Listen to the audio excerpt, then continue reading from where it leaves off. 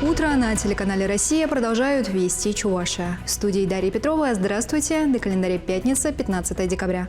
В республике приняли государственную программу по молодежной политике «Молодежь Чувашии». Об этом сообщил глава региона Олег Николаев в своем телеграм-канале. В стратегии развития молодежной политики в Чувашии до 2035 года учтены запросы и предложения молодежи региона. Принятие новой отдельной госпрограммы, по словам Олега Николаева, даст положительный эффект. Так, например, размер финансирования в следующем году увеличится более чем в 3 раза и составит свыше 340 миллионов рублей.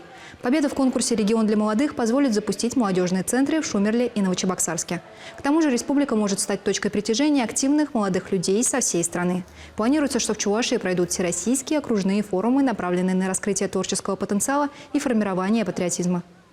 Бигдата составила рейтинг любимых мест туристов в Чувашии. Его возглавил Дом-музей Лобачевского в Козловке. Именно здесь наблюдается больше всего приезжих среди посетителей. В топ-5 самых популярных локаций по итогам года также попали Чувашский художественный музей, Ибресинский этнографический музей под открытым небом, монумент матери-покровительницы и историческая набережная в столице.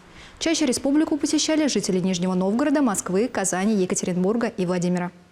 Итальянские сыры в Козловском округе. 20 тонн продукции в год собирается выпускать сыровар Роман Исаев. Открыть собственное производство ему помог грант «Перспектива». На реконструкцию сыродельного цеха и покупку оборудования фермер получил более 9 миллионов рублей. 8 лет назад Роман Исаев переехал в Козловку из Казани. Обратил внимание на то, что в магазинах нет приличных сыров, и начал изготавливать несколько видов у себя на кухне. Потом и вовсе снял помещение рядом с домом. В день перерабатывал по 100 литров молока. А 2 года назад решил, что за это дело пора браться всерьез, и прошел обучение в школе фермера. На средства гранта Роман Исаев открыл собственный цех, закупил все необходимое оборудование. Сейчас сыроварни за смену перерабатывают до 3 тонн молока. На выходе получается 300 килограммов готового продукта. Поставляется он в Чебоксары, Свияжск и Казань. В будущем географию планируется расширить, а также начать реализовывать сыры через маркетплейсы. Каждую пятницу мы рассказываем, какие темы обсуждали жители республики в течение недели в социальных сетях. Самыми интересными постами поделимся прямо сейчас. Окунуться в новогоднюю атмосферу. Такую возможность дарит своим пассажирам таксист из Чувашии. Мужчина не только преобразился в Деда Мороза, но и украсил салон автомобиля гирляндами и елочными игрушками.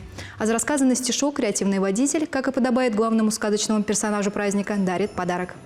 Жители села Чепкас-Никольское Шамуршинского округа тоже вовсю поднимают себе новогоднее настроение. Так, во дворе одного из домов построили снежную скульптуру в виде символа следующего года.